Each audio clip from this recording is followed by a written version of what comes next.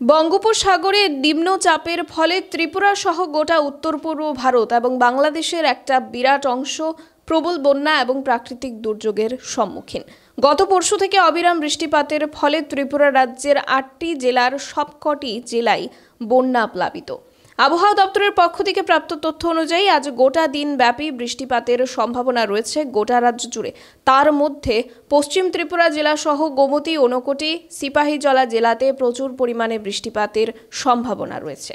গত পরশু থেকে ক্রমবর্ধমান বৃষ্টির ফলে বন্যা প্লাবনে একদিকে যেমন হাজার হাজার মানুষ ঘর ছাড়া হয়েছেন, তেমনি অন্যদিকে ভূমি ধসে বহু বাড়ি ঘর ধ্বংস হয়ে গেছে। তার চাইতেও বড় বিষয়, এই ভূমি ধসে এখনো পর্যন্ত ৫ জনের মৃত্যু হয়েছে বলে খবর উঠে আসছে। শান্তিরবাজার মহকুমার বগাফাতে একই পরিবারের ৩ জন, যার মধ্যে একটি শিশুও রয়েছে, তারা গতকাল রাতে ঘুমন্ত অবস্থায় ভূমির ধসে চাপা পড়ে প্রাণ হারিয়েছেন। এছাড়াও ২ জন নিখোঁজ রয়েছেন, তাদের খোঁজার চেষ্টা চলছে।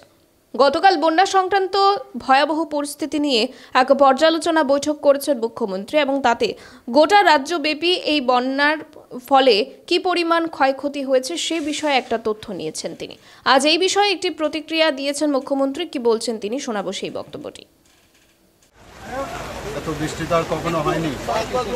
সাউথ ডিস্ট্রিক্টে যা আমার কাছে খবর আছে প্রায় 375 মিলিমিটারের মতো বৃষ্টিপাত হয়েছে। অন্য জায়গায়ও আমি যে শুনেছি প্রায় 250 এরকম 350।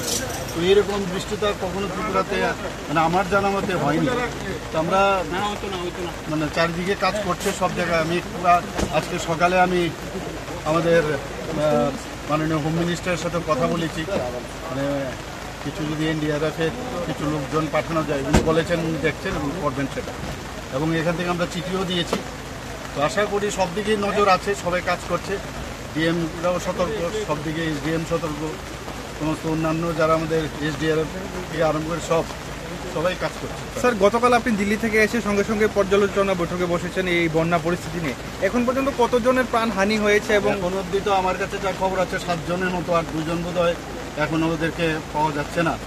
তো পরবর্তী সময়ে জানা যাবে, আসল কি সংখ্যাটা জানা যাবে। যারা ক্ষতিগ্রস্ত হয়েছে তাদেরকে নিশ্চয়ই আমরা সরকারের তরফ থেকে নিশ্চয়ই আমরা সাহায্য করবো, যা করার আমরা করবো, মানে এক্সট্রিম অব্দি আমরা যাবো, যা সাহায্য করবো।